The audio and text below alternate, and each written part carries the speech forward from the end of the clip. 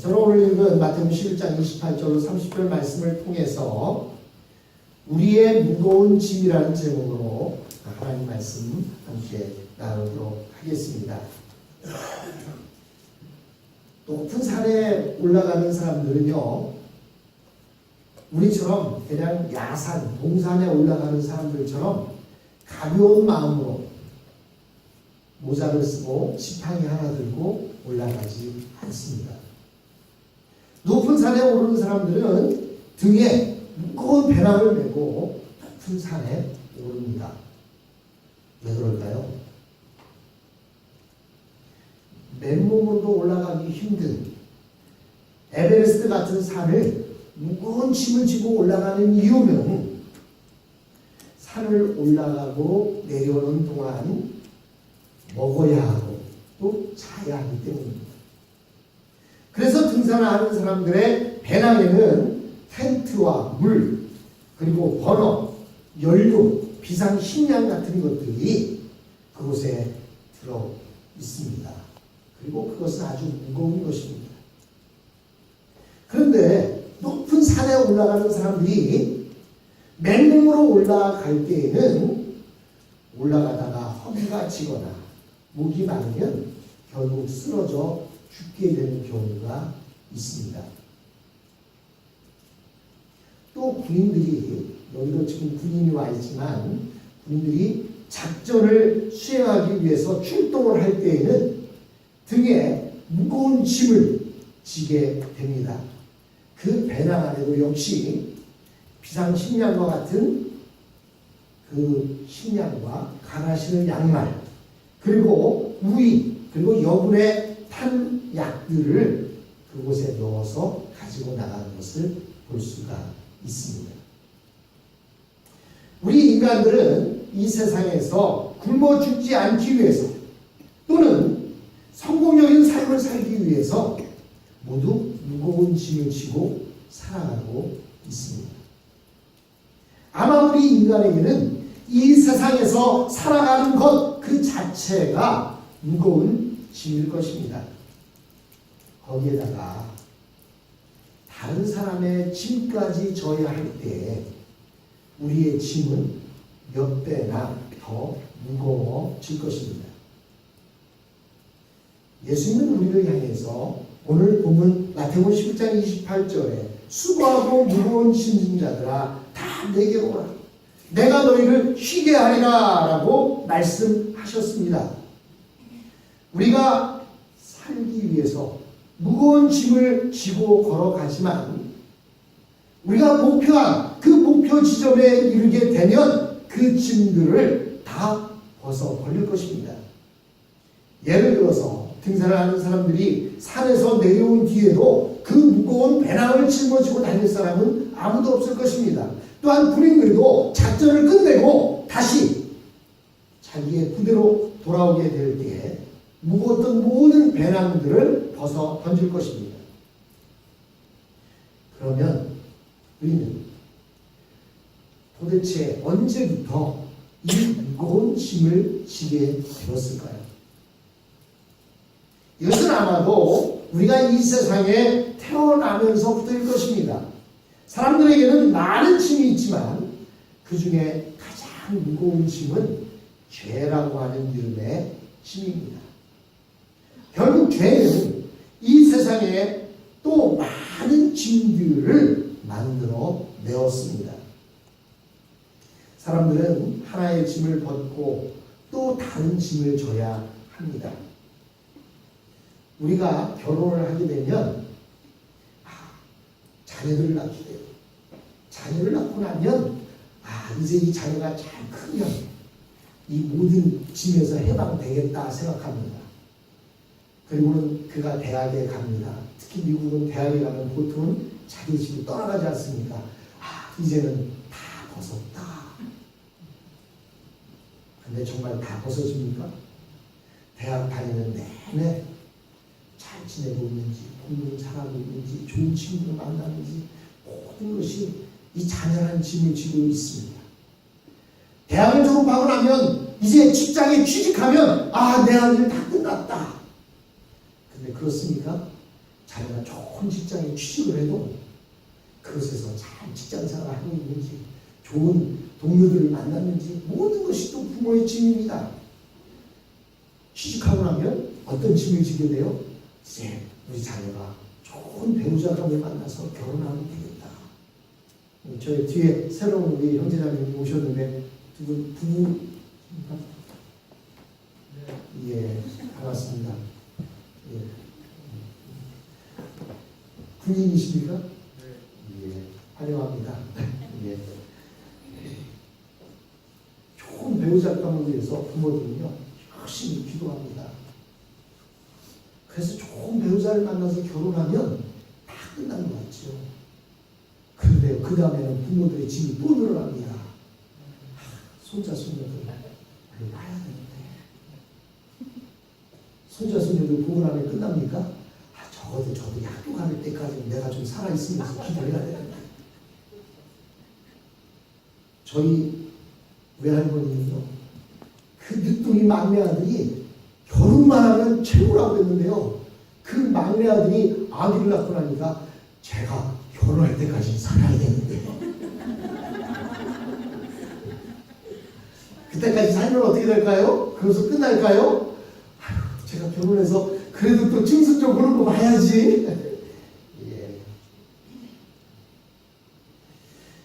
사람들은 하나의 짐을 벗고 나면 또 다른 짐을 져야 합니다. 그래서 예수님은 우리에게 우리의 짐들 중에서 가장 무거운 짐인 죄의 짐을 주님께서 대신 져주시겠다라고 말씀하고 있습니다. 그러면 우리의 짐은 훨씬 가벼워질 것입니다. 그런데 우리가 예수님 앞에서 이 죄의 짐을 벗기 위해서는 한 가지 조건이 필요합니다. 여러분들이 여러분 자녀들에게 무엇을 해주기 위해서는 한 가지 조건이 필요해요. 그것이 뭔지 아십니까? 나는 엄마의 도움이 필요해, 나는 아빠의 도움이 필요해 라고 하는 어린아이가 되어질 때에 그 짐을 져줄 수가 있는 것입니다. 마찬가지로 우리가 예수님께서 우리의 짐을 져주시기 위해서는 우리는 예수님 앞에서 어린아이가 되어야 한다는 사실입니다. 예수님은 인생의 무거운 짐을 지고 가고 있는 우리 사람들을 부르셨습니다. 그러면서 예수님은 우리 모두에게 쉬게 하시겠다고 약속하셨습니다. 28절에 보면 수고하고 무거운 짐 자들아 다 내게로 오라, 내가 너희를 쉬게 하리라. 예수님께서는 이 세상에 무거운 짐을 지고 힘들게 걸어가고 있는 자들을 지금 초청하고 계십니다. 그러면서 내가 너희를 쉬게 하리라 라고 약속하십니다.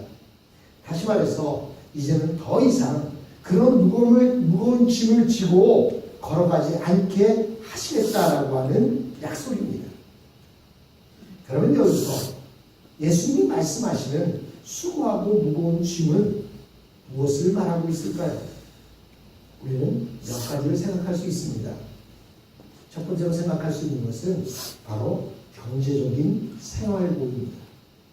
우리 주위에는 하루하루 먹고 살기 위해서 무거운 짐을 나르고 추운 겨울에도 일을 해야만 하는 사람들이 있습니다. 그런 사람들은 하루빨리 이런 생활고에서 벗어나서 여유 있는 삶을 살고 싶어 할 것입니다. 또 어떤 아주머니는 어려운 가정을 꾸려나가기 위해서 매일 가사 도우미로 일을 하면서 돈을 버는 사람도 있습니다. 그의 소원은 내 사랑하는 아들이 하루빨리 커서 이 생활고에서 벗어나기를 기다릴 것입니다. 또한 당시 유대인들 중에서 질병으로 고통받는 사람들이 많이 있었습니다. 물론 현대에도 마찬가지입니다. 아무리 의술이 발달했어도 현대에도 이 질병으로 고통받는 사람들이 많이 있습니다. 이렇게 질병으로 고통받는 사람들은 사는 것 자체가 무거운 짐입니다. 이렇게 육체의 병이 무거운 짐이라고 한다면 정신병에 걸렸거나 또는 귀신에 들린 것은 더 무거운 짐일 것입니다.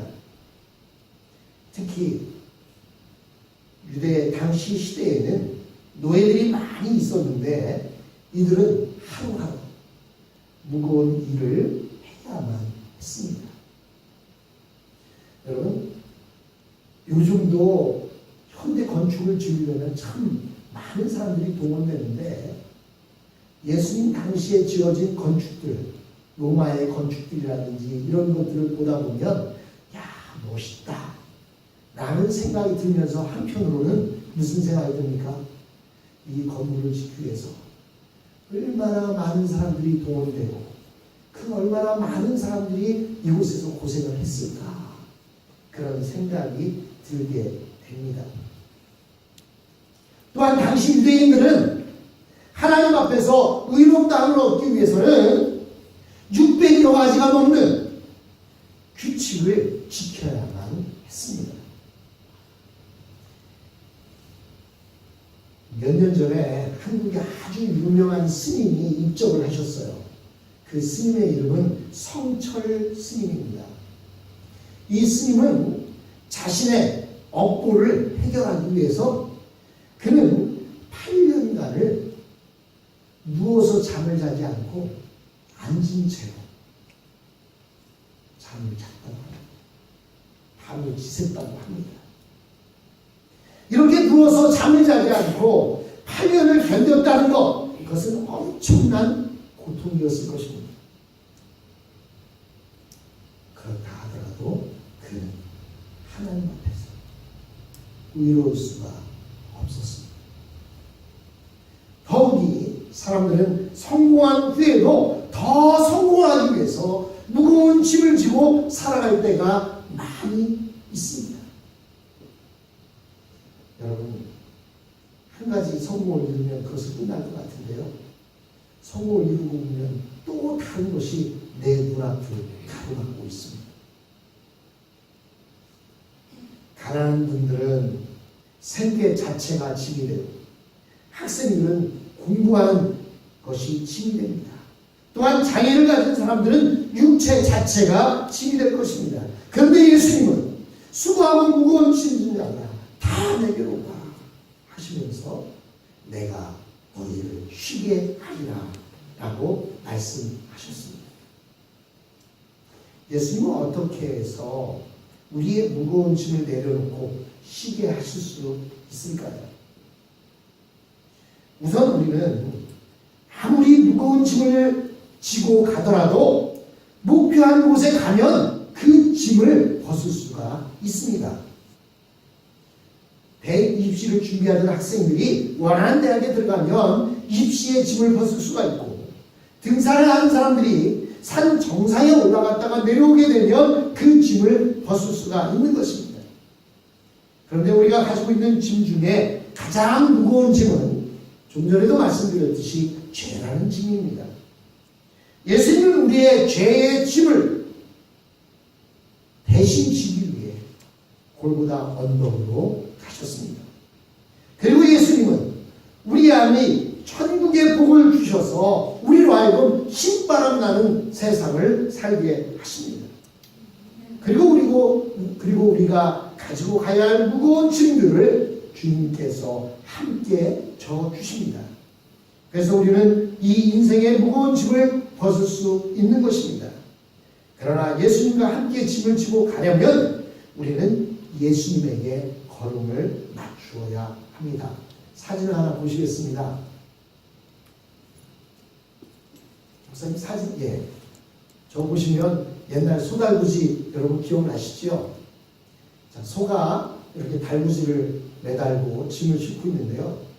거기에 보시면 멍에가 있습니다. 그 멍에를 이렇게 표시를 해놨는데 꼭 시옷자 같이 생겼지요. 그리고 밑에 이렇게 또 V자 같은 것이 있는데요. 저게 미국 계급장하고 비슷하죠? 제가 저 계급장을 잘 몰라서 거꾸로 백종수 형제 E5 계급장 다른데 거꾸로 다뤄준 기억이 있습니다. 네. 예. 여러분, 저게 멍에입니다.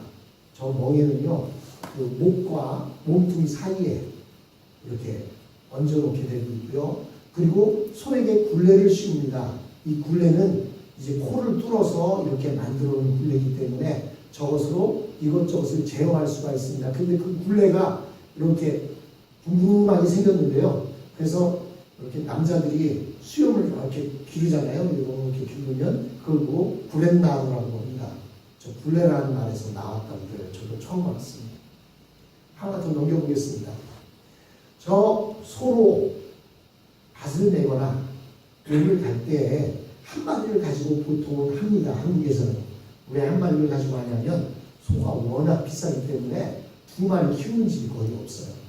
그래서 한 마리로 하는데 이 유대인들은 두 마리 이상으로 저렇게 소로 밭을 갈거나 이렇게 농장을 가게 됩니다. 그때 소 두 마리를 제어하기 위해서는 저렇게 긴 멍에를 연결되어 있는 멍에를 위에 얹어놓습니다. 여기 보시면 위에 허옇게 양쪽에 연결되어 있죠? 저 멍에를 얹어놓게 됩니다. 이래서 두 마리를 가지고 농사를 짓는데요. 한 장 더 넘겨보겠습니다. 여러분 시골 풍경 기억나십니까? 지금 시골 아저씨가 소 한 마리를 가지고 쟁기질을 하고 있습니다. 저는 시골에서 살았기 때문에 이런 경험을 많이 했습니다. 그런데요, 저 소가 암소일까요? 수소일까요? 저 소가 암소일까요? 수소일까요? 아니, 제가 어떻게 알아요? 그림만 보고. 암소예요? 수소예요? 암소입니다. 어떻게 알아요? 새끼가 지금 따라오고 있잖아요. 예. 근데요, 저 아저씨는 저 송아지 한 마리 때문에 얼마나 기분이 좋은지 몰라요. 저 송아지 한 마리 나서 집에다가 금줄을 다 띄워놨어요. 그리고 나서 송아지가 좀 크니까 암소를 데리고 일을 나가면요, 송아지가 따라옵니다. 근데 이 송아지가 따라오면 저 암소가 일을 안 해요. 왜 일을 안 하는 줄 아십니까? 자꾸 저 송아지한테만 관심이 가고요. 어디 송아지가 가있나 뚜레뚜레 쳐다봐요. 그래서 지금 저렇게 있으면, 저 정도 가까이 있으면 암소가 일을 하는데요. 그렇지 않고 눈에 안 보이면 소가 쟁기질 안 합니다. 그냥 자기 새끼 찾느라고 그냥 정신없이 뚜레뚜레 거려요. 그래서요, 저 때에는 주인이 어떻게 하냐면 멍에를 새끼 소한테도 같이 내주는 거예요. 어미 소에게, 아까는 두 마리의 큰 소들이 멍에를 맺잖아요. 그런데요, 어미 소에게 멍에를 메고 이어서 새끼 소한테 멍에를 같이 내줍니다. 그러면 어미 소가 갈 때마다 새끼 소가 어떻게 돼요? 멍에가 메어있기 때문에 같이 따라가세요. 그렇기 때문에 저 어미 소는요, 열심히 일을 잘합니다. 왜? 새끼에 대한 다른 관심을 가질 필요가 없어요. 자기 옆에서 같이 걷고 있으니까. 그러면 저 새끼 소가 힘이 들까요? 안 들까요? 어미 소는 지금 쟁기질을 하기 위해서 지금 뒤에 매달려 있는 쟁기를 끌고 있는 겁니다. 새끼 소도 같이 끌까요? 안 끌까요? 여러분 아들, 딸도 데리고 이렇게 가서 같이 일하자 해서 아들, 딸도 일 시킵니까? 옆에만 있어도 좋지요. 지금 저 어미 소에게 멍에는 같이 메고 있는 새끼 소지만 저 새끼 소에게는 힘이 들어가지 않습니다. 그냥 저 새끼 소가 해야 하는 거예요. 어미 소가 갈 때에 따라가기만 하면 되는 거예요. 안 가면 어떻게 돼요? 안 가면 뭐 있다? 왜? 멍에를 같이 메어놨으니까. 새끼 소는 그냥 어미 소가 가는 대로 폭폭을 맞춰서 가기만 하면 되는 것입니다. 지금 예수님이 말씀하시는 것이 바로 그겁니다. 명예를 메고 나를 따라와라. 그러나 네 명예는 쉽고 가볍다. 그 말씀이 뭐냐? 너는 지금 나만 따라오면 돼. 어린아이같이 폭폭만 맞추어서 내가 앞으로 가면 가고 내가 서면 서기만 하면 되는 거야 라고 말씀하고 있는 것입니다.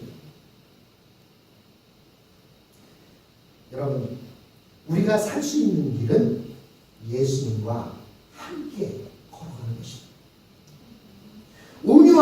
겸손하다라는 말은 내 욕망대로 성급하게 달려가지 않고 오직 예수님에게 보폭을 맞추어서 걸어가는 것입니다. 그것이 바로 온유하고 겸손한 것입니다. 하나님이 하라고 하고 하나님이 하지 말라고 하면 하지 않으면 되는 것입니다. 그리고 이것은 무엇이든지 잘해야 하고 항상 1등이 되어야 하는 것이 아닙니다. 여러분, 저에게도 아들이 둘이 있는데요. 여러분 자녀들 모두가 다 똑같이 잘하면 얼마나 좋겠어요. 그러나 한 명의 자녀가 좀 부족하다고 해서 그 자녀를 덜 사랑합니까? 아니면 안 사랑합니까? 어떻게 보면 아픈 새끼손가락, 이 손가락에 더 신경을 많이 쓰는 것이 부모 아닙니까? 부족한 자에게는 부족한 대로 하나님의 뜻이 있습니다. 연약한 자에게는 연약한 대로 하나님의 뜻이 있습니다. 그것을 인정하고 그 안에서 최선을 다할 때 어떠한 일이 일어납니까? 하나님의 신적인 능력이 나를 통하여 나타나게 되는 것입니다. 그래서 사도 바울 선생님은 빌립보서 4장 13절에 이렇게 말씀하십니다. 내게 능력 주신 자 안에서 내가 모든 것을 할 수 있느니라 라고 말씀하십니다. 바로 이것입니다. 가장 중요한 것, 그것은 내게 능력 주시는 자인 것입니다. 다시 말해서 하나님의 뜻 안에서 모든 일을 행할 때 내가 모든 것을 할 수 있다라고 말하는 것입니다. 우리는 하나님의 말씀에 길이 있음을 찾았습니다. 이제는 우리는 하나님이 하지 말라고 하면 그 일을 억지로 하려고 하지 말아야 합니다. 그리고 야망을 쫓아 닥치는 대로 달려가지 말아야 합니다. 우리는 하나님의 말씀을 따라서 그 길을 묵묵히 따라가면 하나님의 복이 우리에게 부어지면서 이 세상의 복도 생기게 된 것입니다. 우리의 성공은 이 세상에서 많은 것을 알고 이 세상에서 많은 것을 가지는 것이 아닙니다. 우리의 성공은 하나님을 향하여 끝까지 가는 것입니다. 우리가 하나님을 향하여 걸어가면 하나님이 우리를 통하여 많은 일을 하실 것입니다. 우리는 영웅이 될 필요도 없고 유명한 사람이 될 필요도 없습니다. 우리에게 주어진 길을 묵묵히 걸어갈 때 하루하루가 모여서 기적이 되는 것입니다. 우리는 어린아이입니다. 그러므로 우리는 우리의 인생을 우리가 책임지려고 할 것이 아니라 우리의 인생을 아버지 하나님 앞에 맡겨야 합니다. 우리가 하나님의 말씀을 붙잡고 꿋꿋하게 걸어가는 동안 하나님의 뜻이 우리 안에서 다 이루어질 줄로 믿습니다. 사랑하는 성도 여러분, 지금 수고하고 무거운 짐을 지고 있습니다. 물질이라는 무거운 짐을 지고 있습니다. 자신이라는 무거운 짐을 지고 있습니다. 건강이라는 무거운 짐을 지고 있습니다. 내가 하니까 무거운 거예요. 주님께 맡기십시오. 너희 염려를 다 주께 맡겨버리라. 이는 저가 너희를 권고하시느냐라고 말씀하고 있지 않습니까?